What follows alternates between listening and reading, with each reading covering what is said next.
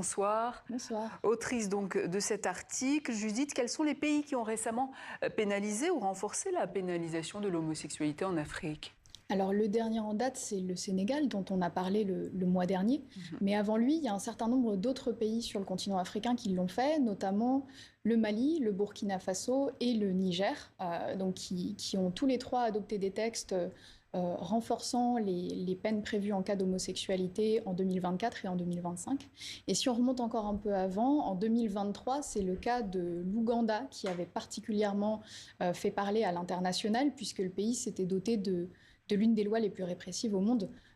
Donc en Ouganda, aujourd'hui, les relations entre personnes de même sexe sont passibles d'une peine de prison à vie, voire de la peine de mort dans certains cas.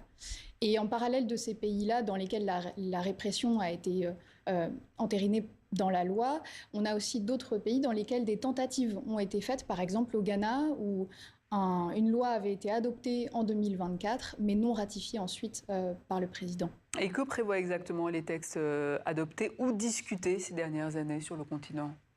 Alors, en premier lieu, il réprime les relations sexuelles entre deux personnes de même sexe, mais pas seulement.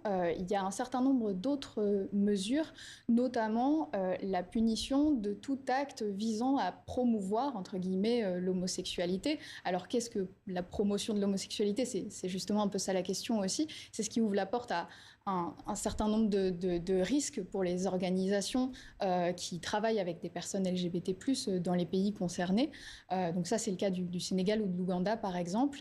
Et en Ouganda, on a même aussi une incitation directe à ce que les citoyens dénoncent des personnes soupçonnées d'homosexualité. Donc, de manière générale, on a une pénalisation non seulement des relations, mais aussi de l'identité des personnes LGBT+, en tant que telles. Et quelles sont les conséquences alors de l'adoption ou des discussions de ces textes répressifs ? Les conséquences, elles dépendent des pays. En Ouganda, les ONG peuvent maintenant établir les conséquences de la loi votée en 2023, une augmentation des risques d'agression, des arrestations des personnes LGBT+. Mais de manière générale, le simple fait que le sujet soit mis sur la table, sur le devant dans le débat public, ça crée un climat de peur et d'insécurité pour les personnes LGBT+.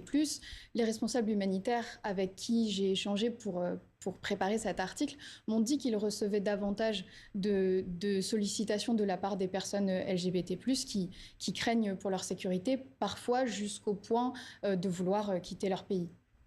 Et comment expliquer que plusieurs pays se sont engagés dans la répression ces dernières années, alors que d'autres, notamment en Afrique australe, sont allés vers une dépénalisation ?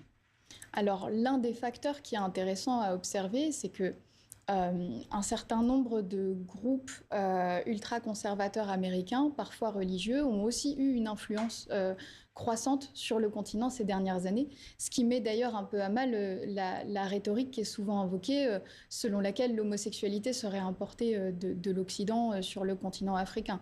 En fait, les chercheurs et les journalistes qui ont enquêté pendant des années déjà sur ces groupes ont montré à quel point ils ont toujours plus investi sur le continent pour promouvoir les lois contre les personnes LGBT+.